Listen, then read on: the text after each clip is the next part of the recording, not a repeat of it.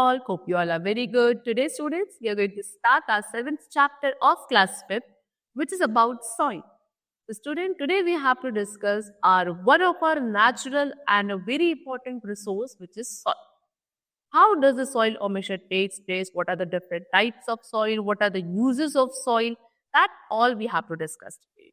Let's begin our chapter with the topic that is soil. First of all, we have to discuss about soil, that what do we basically mean by soil. Soil is the uppermost layer of the earth. Most of the earth is covered with soil. It is very useful. Soil formation takes millions of years. It is a slow, long and continuous process. It is a natural resource. All the plants and trees grow in the soil. All the crops also grow in the soil. Soil is very important for survival. तो student, हमारे अर्थ की सबसे upper most layer, सबसे ऊपर की जो layer है, उसको हम सॉइल कहते हैं. हमारा जो अर्थ है, मोस्ट ऑफ द अर्थ वो किससे कवर्ड है? सॉइल से कवर्ड है. काफी यूजफुल है और इसकी फॉर्मेशन के लिए क्या मिलियंस ऑफ ईयर्स का टाइम लगता है तब जाके सॉइल फॉर्म होती है. एक धीरे धीरे और लॉन्ग एंड कॉन्टिन्यूस प्रोसेस है सॉइल का फॉर्मेशन. एक नेचुरल रिसोर्स है, यानी कि नेचुरली मिलती है. ठीक है, जितने भी प्लांट्स हैं, ट्रीज हैं, वो सॉइल में ही ग्रो करते हैं. जितने भी क्रॉप्स हम लोग यूज करते हैं, वो सब आपके सॉइल में ग्रो करते हैं. Soil is very important for the survival. Plants, trees, crops, they all grow in the soil. Soil is home to many creatures. बहुत सारे क्रिएचर्स, छोटे छोटे बड़े, उनका घर क्या है? सॉइल ही है. उसके अलावा ब्रिक्स, क्ले, पॉटरी, टॉयज, इन सब को भी बनाया जाता है with the help of soil. Now next is formation of soil. So soil formation कैसे होता है? So student, soil is formed due to the weathering of solid rock. बड़े बड़े solid rock की weathering से. Weathering मतलब क्या? Breaking down of rocks into smaller pieces. Weathering is called due to the action of wind, water, heat of the sun, etc. जब बड़े बड़े जो पत्थर है, rocks है, वो break होते हैं छोटे छोटे pieces में, उसको weathering बोलते हैं. सॉलिड रॉक की जब वेदरिंग होती है, due to what? Action of wind, हवा की वजह से, वाटर, सन की हीट की वजह से, और बहुत सारे फैक्टर्स की वजह से बड़े बड़े जो रॉक्स हैं वो टूट कर, ब्रेक होकर बहुत ही फाइन पार्टिकल्स में कन्वर्ट होते हैं, तब जाके सॉइल का फॉर्मेशन होता है. So when the rock comes in contact of heat, rain, snow, wind and other environment forces continuously for a long period of time, it becomes weak and break down into pieces. This process keeps on going and the rocks turn into boulders, stone, pebbles, gravel, sand, silt, clay and finally becomes soil. The traces of dead animals and plants are also found in the soil. It is also called humus. So जब जो rock किसके contact में? Heat, rain, snow, wind और बाकी सारे environment जो factors इनके contact में आने से क्या कॉन्टिन्यूसली जब बहुत लंबे समय तक इसके कांटेक्ट में आते हैं तो ये वीक हो जाते हैं और वीक होने के बाद ये ब्रेक होने लगते हैं छोटे छोटे पीसेस में. ये प्रोसेस कॉन्टिन्यूसली धीरे धीरे चलता रहता है, यानी कि रॉक्स टूटते रहते हैं और टूट के पहले boulder, stone, payable, gravel, sand, silt, clay और फाइनली जाके क्या बनते हैं? सॉइल बनते हैं. इसके अंदर आपको डेड एनिमल्स और प्लांट्स के भी कुछ रिमेन्स देखने को मिलेंगे, जिसको हम ह्यूमस बोलते हैं. ओके, चलो. Now what are the components of soil? इतना हमें अभी पता चला कि सॉइल इससे बनता है बेडेड रॉक्स, यानी कि रॉक्स के ब्रेक डाउन होने से. लेकिन soil consist of different size rock particles. देखिए, सॉइल के अंदर डिफरेंट साइज के रॉक पार्टिकल्स होते हैं. तो इनके साइज के बेसिस पे रॉक पार्टिकल्स को हम 4 ग्रुप्स में डिवाइड करते हैं. Number 1 gravel, second is sand, third is silt and fourth is clay. Okay, चलो. तो सबसे पहले ग्रेवल. ग्रेवल क्या है? ग्रेवल में आते हैं स्टूडेंट लार्जेस्ट रॉक पार्टिकल. सबसे बड़े बड़े जो रॉक पार्टिकल्स होंगे वो ग्रेवल होते हैं. Next is sand. सैंड में sand has less large particles than gravel. They are not bound closely together. Sand particles allow water to drain quickly.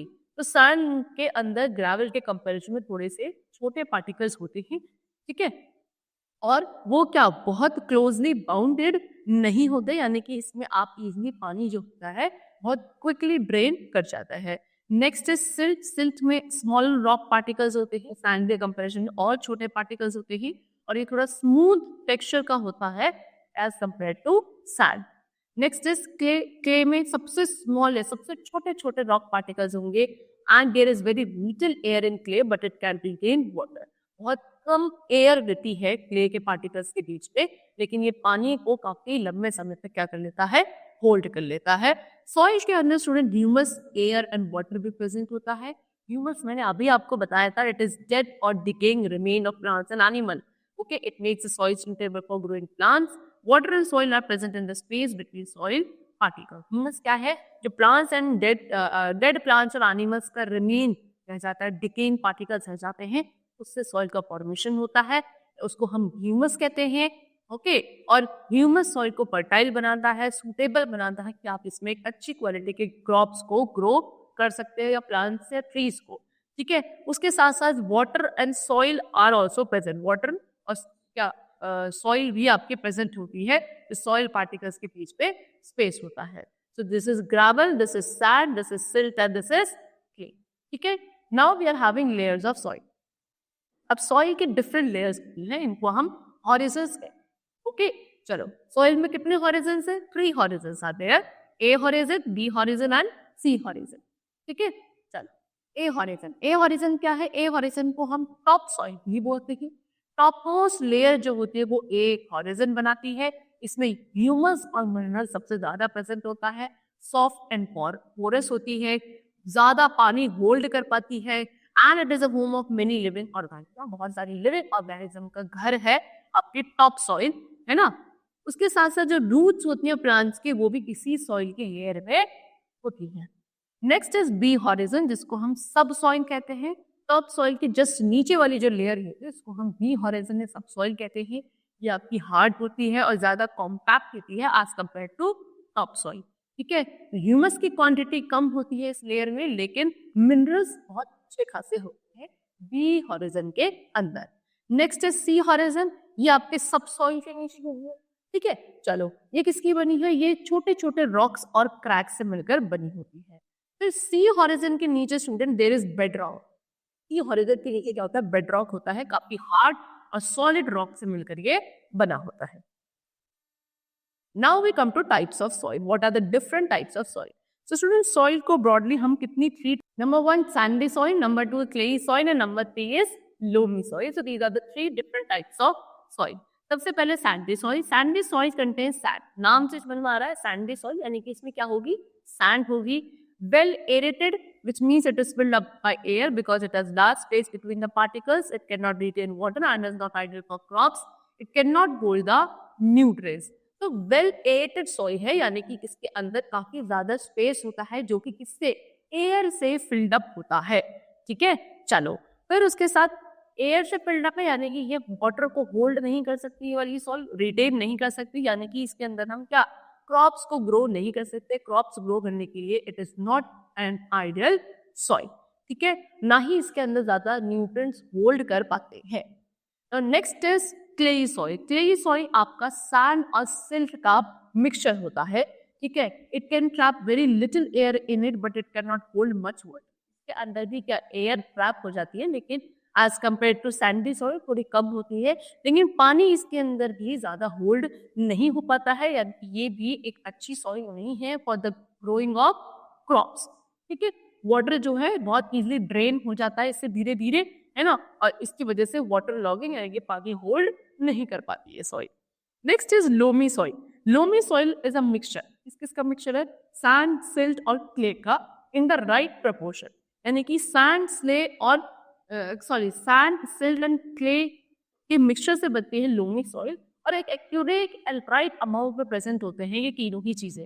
इस सॉइल के अंदर ह्यूमस भी प्रेजेंट होता है लोमी सॉइल के अंदर, and it is the best and ideal soil for the growing of crops. Which soil? Loamy soil. Okay, so it is ideal for crops और सबसे ज्यादा फर्टाइल सॉइल होती है. ये एयर और वाटर दोनों को ही एक सफिशिएंट क्वांटिटी के अंदर ये वाली सॉइल क्या कर सकती है? होल्ड कर सकती है. ठीक है, चलो, now we come to uses of soil. अब सॉइल के यूजेस क्या है? So student, we know that soil is an important resource. सबसे इम्पॉर्टेंट रिसोर्स है. क्यों इम्पॉर्टेंट है? बहुत सारे ऑर्गेनिजम्स के सर्वाइवल के लिए जो अर्थ पे मिलते हैं, ठीक है, उन सभी के सर्वाइवल के लिए soil is important. Now we are going to discuss its uses. Number 1, soil enables the plants to grow. It provides water, mineral and nutrients to the plant. बहुत सारे प्लांट्स जो है वो इसमें ग्रो कर पाते हैं. इसके अलावा वाटर, मिनरल्स और न्यूट्रिएंट्स सॉइल प्रोवाइड करता है किसको? प्लांट्स को. उसके साथ सॉइल शेल्टर भी प्रोवाइड करता है बहुत सारे ऑर्गेनिजम्स को, जैसे कि अर्थवॉर्म्स, इंसेक्ट्स, फंगाई, ये सब सॉइल में ही रहते हैं. उसके अलावा पॉटरी, ब्रिक्स वगैरह बनाने के लिए सॉइल का यूज किया जाता है. ब्यूटी प्रोडक्ट्स भी हैं कुछ जो सॉइल की हेल्प से बनाए जाते हैं। Waste water treatment plant often have a soil treatment, जो वेस्ट वाटर ट्रीटमेंट प्लांट लगाए जाते हैं वो मेरे सॉइल का ट्रीटमेंट होता है। Soil provides anchorage for roots and hold water and nutrients. Soil क्या करता है, एक रूट्स को होल्ड करता है, वाटर एंड न्यूट्रिएंट्स को अपने अंदर होल्ड करके रखता है। उसके साथ साथ बिल्डिंग प्रोसेस के भी एक इम्पॉर्टेंट पार्ट होता है soil. Now next we are going to talk about soil erosion. Soil erosion क्या है? See,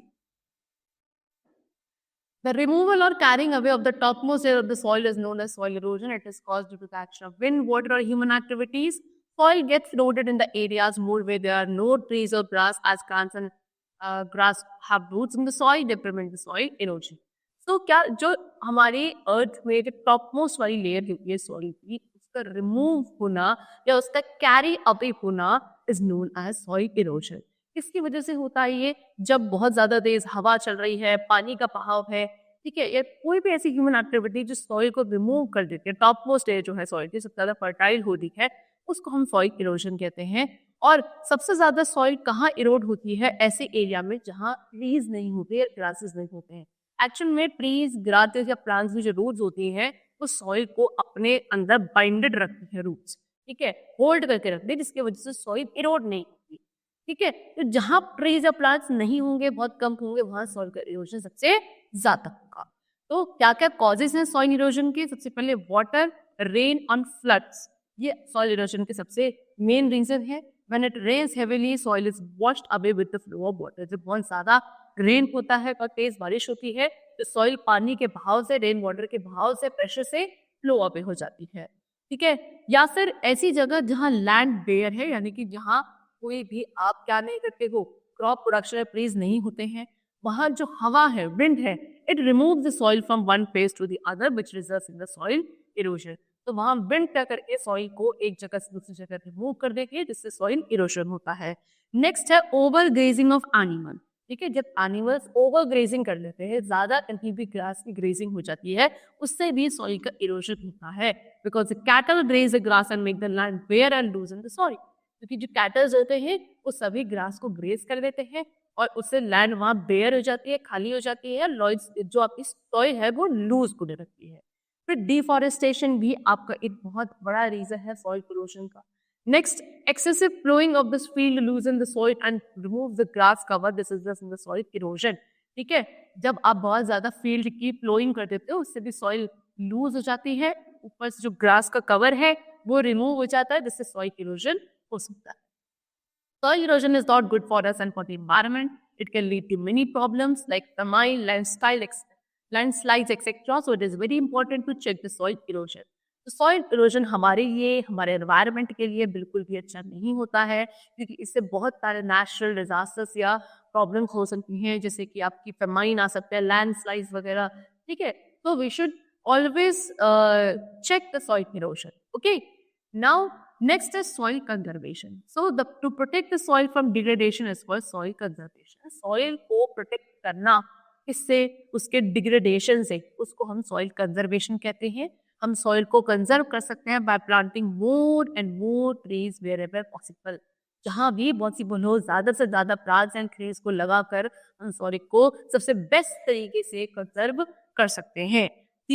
number 1 is growing suitable crops which increase the fertility of the soil. Suitable crops को हमें grow करना चाहिए so that soil की fertility increase हो, ठीक है। टेरेस फार्मिंग हमको फॉलो करनी चाहिए, ओवर ग्रेजिंग ना हो, कैटल ओवर ग्रेज ना करें, वी शुड चेक इट, है ना। एम्बार्कमेंट्स हमको बनानी चाहिए, ठीक है। तो ये आपको कुछ मेजर्स या मेथड्स गिवन है, बेस गिवन है that how can we conserve this soil from its degradation, okay. चलो, so student, the chapter is completed over here. We have discussed the various concepts regarding soil, okay. I hope you all understood the chapter very well. The chapter is completed. We will meet you very soon with a new chapter. Till then, take care and thank you everyone.